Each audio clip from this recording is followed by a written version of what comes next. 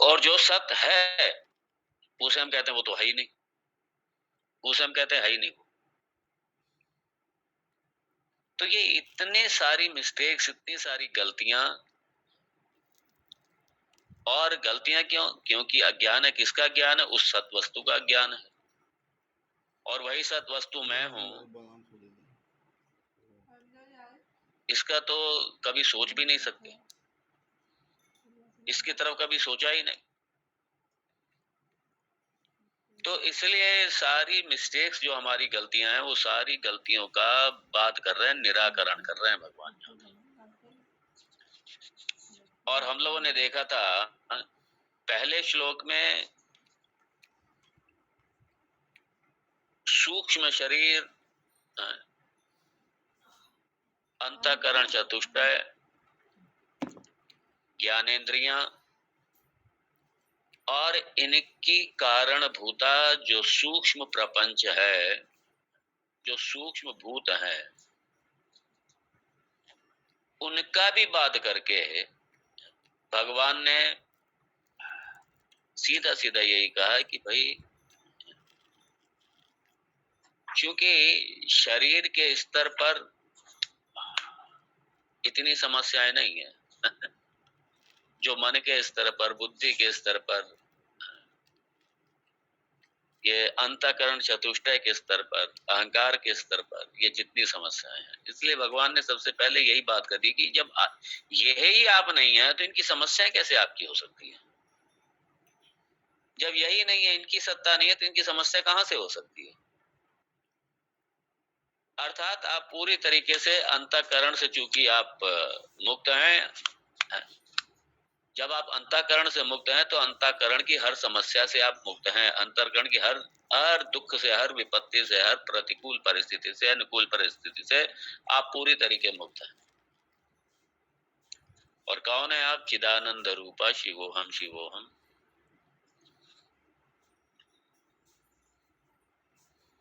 आपने अपने आप को देशता सीमित माना हुआ है, वस्तुता सीमित माना हुआ है, कालता सीमित माना हुआ है, तीनों सीमाओं से अपने आप को घिरा हुआ मान के रखा हुआ, क्योंकि आपको लगता है आप कुर्सी पे बैठे हैं तो आप दूसरी जगह नहीं है देशता सीमित। संसार तो इतना बड़ा और मैं इतना छोटा सा, नन्हा सा, बिल्कुल सुई की नोक के बराबर, इतना बड़ा संसार, और मुझसे कितने बड़े बड़े लोग हैं, कितने बड़े बड़े लोग, मैं तो कुछ भी नहीं। इसी कॉम्प्लेक्स में जीता है आदमी, मैं तो कुछ भी नहीं, सारा इतना बड़ा संसार, कितने कितने बड़े धनवान, ज्ञानवान, कितने बड़े पदवान, कितने कितने बड़े वैभवशाली, ऐश्वर्यशाली, मैं तो कुछ भी नहीं, नन्हा सा, कुछ भी नहीं, मेरे पास तो कुछ है ही नहीं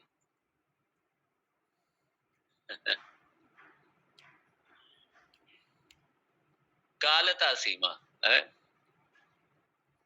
बस 100 साल की जिंदगी, 100 साल की जिंदगी, उसमें भी 50, 60 साल, 70 साल, 80 साल निकल गए, कितने बचे?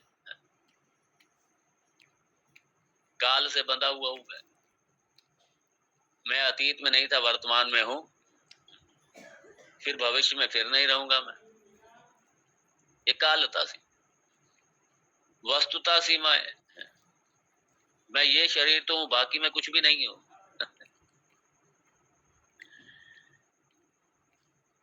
तो ये सारी सीमा है। ये सीमाएं क्यों? क्योंकि देह को मैं मान लिया, देह वाला, अंतःकरण चतुष्टय वाला, इंद्रिय वाला मैं मान लिया अपने आप को, आत्म तत्व की तरफ कभी चिंता नहीं करते जो मैं हूं। और एक ये तो चलो ठीक है, और एक और कंफ्यूजन, एक और भ्रांति, ये लोगों का बिल्कुल दृढ़ है कि ये शरीर, ये तो मैं हूं, और आत्मा मेरे अंदर है, ये साथ में और कहेंगे ये शरीर मैं हूं और मेरे अंदर आत्मा, शरीर के अंदर, ये भी नहीं कहेंगे, कहेंगे मेरे अंदर आत्मा है। ये शरीर मैं हूं, इसका सीधा सा मेरे अंदर मतलब ये शरीर के अंदर, वो कहेंगे मेरे अंदर आत्मा है। ये मैं हूं, मेरे अंदर आत्मा है, और मैं तो मर जाऊंगा, आत्मा नहीं मरेगी। वो बिल्कुल अपने से अलग आत्मा। ये बड़ा कॉमन है कंफ्यूजन। इसलिए भगवान बात कर रहे हैं कि ये साक्षी रूप से आप कौन है, आप सच्चिद, आप सत्वस्तु हैं, आपका कभी बाध नहीं होता। आप जड़ नहीं, आप चैतन्य हैं, आप ज्ञान स्वरूप हैं, चैतन्य स्वरूप हैं। आप चैतन्य स्वरूप हैं, ज्ञान स्वरूप हैं। सारे ज्ञानों का आश्रय ही आप हैं, सारे ज्ञान का आश्रय ही आप हैं। अज्ञान ने कभी आपको छुआ भी नहीं है।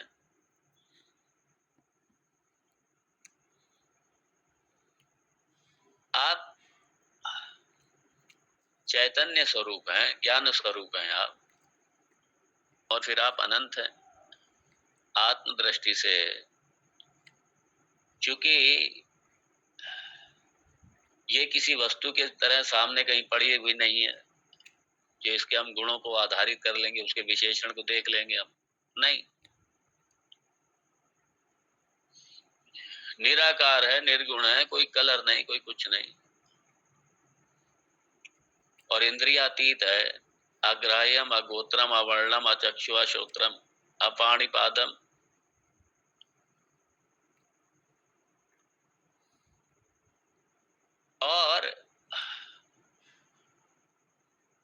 और फिर भी ये सर्वगत है, सर्वव्यापी है।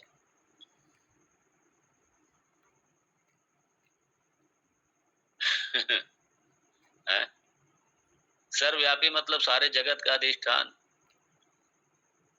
जैसे सोना चैन में सर्वव्यापी है, ऐसे ही आत्म तत्व इस जगत में सर्वव्यापी है। मतलब जैसे चैन नाम की कोई चीज नहीं है, सिर्फ सोना ही है, ऐसे ही ये आत्म तत्व है। यही जगत का अधिष्ठान होने से यही मात्र है, दूसरा कुछ है ही नहीं। नहीं नहीं नहीं, वो तो सब कहते हैं ईश्वर का, ईश्वर है सर्वत्र। अरे भाई, आत्मा और ईश्वर एक ही है, आत्मा ईश्वर एक ही है।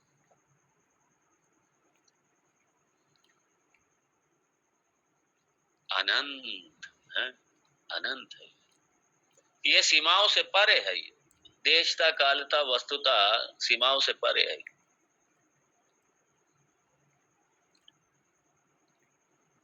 और अनंत मतलब सीमाओं से परे। यही पूर्ण, सीमाओं से परे मतलब क्या, यही पूर्ण वस्तु। अनंत मतलब पूर्ण। अनंत मतलब अद्वितीय है, दूसरा कुछ है ही नहीं, एक यही एक वस्तु। तभी तो पूर्ण होगी, तभी तो अनंत होगी। अगर दो होंगे तो पूर्ण नहीं होगा और अनंत भी नहीं होगा, दोनों सीमित रहेंगे। द्वैत मतलब अपूर्ण, द्वैत मतलब असीमित नहीं, सीमित। द्वैतवादी भी कहेंगे ईश्वर तो असीम है, ईश्वर तो पूर्ण है। जब ईश्वर पूर्ण है, ईश्वर असीम है, वो एक लॉजिक में, एक तर्क में द्वैतवाद कट जाता पूरा। नहीं नहीं, भगवान, भगवान तो पूर्ण है, भगवान असीमित है, लेकिन भक्त अलग है, भगवान अलग है। भक्त कभी भी भगवान नहीं हो सकता, ये भी कहेंगे साथ में। और ये भी कहेंगे कि ईश्वर पूर्ण है। ईश्वर पूर्ण है, लेकिन भक्त अलग है, भगवान अलग है, ये जगत अलग है। तो ईश्वर कहां से पूर्ण हुआ? ईश्वर कहां से असीमित हुआ? ईश्वर की पूर्णता आपने काट दी, ईश्वर की असीमितता आपने काट दी, ईश्वर को सीमित बना दिया, ईश्वर को अपूर्ण बना दिया।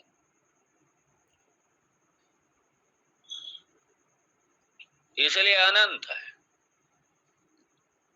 ईश्वर जब अनंत है तो फिर अद्वितीय है। एकमेव अद्वितीयम ब्रह्म, दूसरा कुछ नहीं है। तभी अनंत होगा, तभी पूर्ण होगा।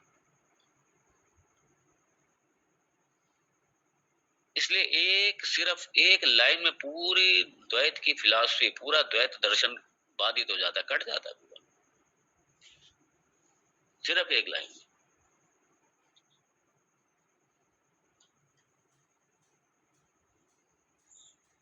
और यहाँ का अनंत। आप बताइए, जो मेरा स्वरूप है, मैं स्वरूपता तो मैं अनंत हूं।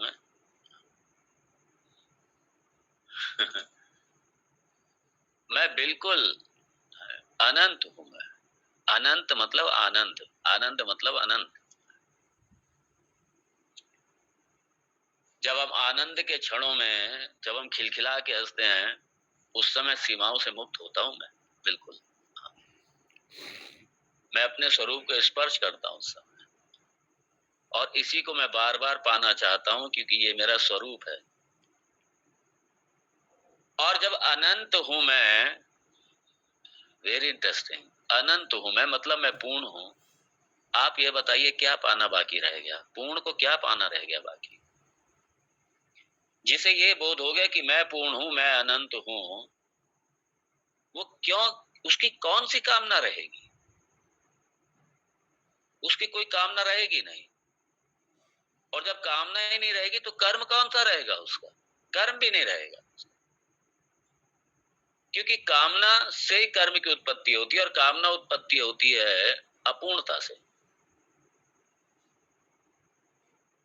इसलिए जो ज्ञानी है, जो जो ये ब्रह्मवेत्ता महापुरुष हैं, इसलिए अपने स्वरूप में, अपने आनंद में, अपनी मस्ती में रहते हैं। बस प्रारब्ध वशात शरीर चल रहा है, बस जब तक प्रारब्ध चलेगा उसके बाद छूटेगा। जयराम जी, कोई कामना नहीं, सारी कामनाएं दग्ध हो गई।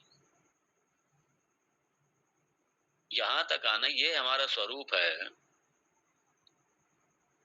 पूर्ण को किस बात की कामना, अनंत को किस बात की कामना,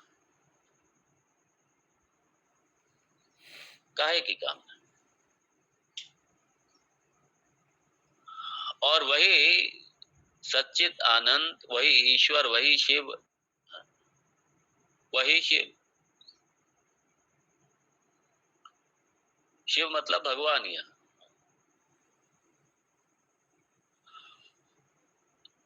आप शिव से, ये महादेव जो शिव की झांकी है, सिर्फ उससे मत ले लीजिएगा। आप विष्णु से भी ले सकते हैं, आप कृष्ण से भी ले सकते हैं शिव से यहाँ पे। और सही बात तो यह है कि यहाँ चूंकि सच्चित अनंत, अनंत जब आ गया, तो उसके बाद यहाँ सगुण रूपी किसी का, किसी फॉर्म का नहीं, बल्कि उस सारे जो जगत का अधिष्ठान है, जो निर्विकार है, निर्गुण है,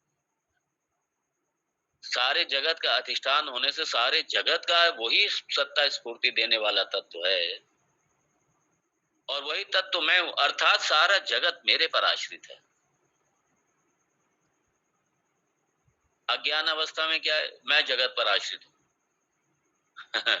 मालूम पड़ता है कि मैं जगत पर आश्रित नहीं, जगत मेरे पर आश्रित है, जगत मेरे से सत्ता ले रहा है।